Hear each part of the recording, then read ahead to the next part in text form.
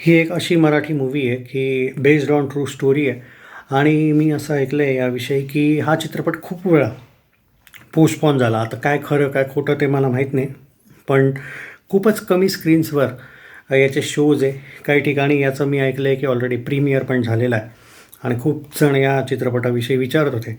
मित्रांनो, हे बघा, मुंबईचा जो एक रिव्ह्यू मला मिळाला आहे, क्रिटिक रिव्ह्यू, तो मी तुम्हाला सांगतो आहे. कारण याविषयी जर बोलायला गेलं की हा चित्रपट ॲक्च्युली हेच होतं महाराष्ट्रात की मराठी चित्रपटांनाच स्क्रीन्स मिळत नाही आणि इकडं तो चित्रपट रिलीज झालाच नाही आहे.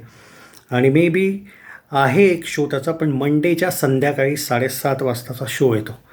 तर माझा एक्सपिरियन्स जर, आणि कधी-कधी असं पण होतं की ते लोक नंतर कॅन्सल पण करतात जर शोजचा अजून पण कन्फर्म नाही आहे. म्हणून त्यामुळे मला एक रिव्ह्यू मिळालेला आहे. ट्विटर रिव्ह्यूज तर होतेच जे चांगले आलेत, पण 1-2 क्रिटिक रिव्ह्यूज ज्यांच्याशी बोलणं झालं आहे त्यांच्याविषयी जर बोलायला गेलं तर हा चित्रपट खूप सुंदर आहे असं म्हटलं जातं आहे. आणि ज्या पद्धतीने कारण हा बेस्ड ऑन ट्रू स्टोरी आहे. आता रिअल स्टोरी काय होती काय नाही ते तर मला नाही माहिती, पण जर त्याविषयी जर बोलायला गेलं तर असं बोललं जातं आहे की या ओव्हरऑल या चित्रपटाचं रायटिंग बेस्ट आहे.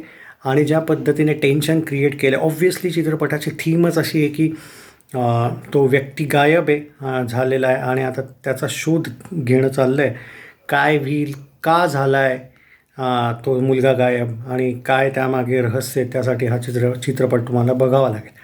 माझं पर्सनली मत आहे की जर तुमच्या इथं हा चित्रपट लागला असेल तर प्लीज बघा, कारण याचे रिव्ह्यूज चांगले आले. आणि आमच्या इथं मी सिरियसली इतकं एक्साईट होतो, पण मी बघतोय एक पण ऑलमोस्ट एकही शो नाही आहे. म्हणजे मला असं वाटलं की फ्रायडे सॅटर्डे संडे काही नाही तर संडेला तरी 1-2 शो असतील, पण मंडेला संध्याकाळी दाखवतोय याची काही गॅरंटी नाही की तो शो राहील. पण बघतो मी, माझा ओपिनियन मी नक्की देईल. पण तरी तुम्ही चित्रपट बघितला असला तर सांगा कसा अनुभव होता.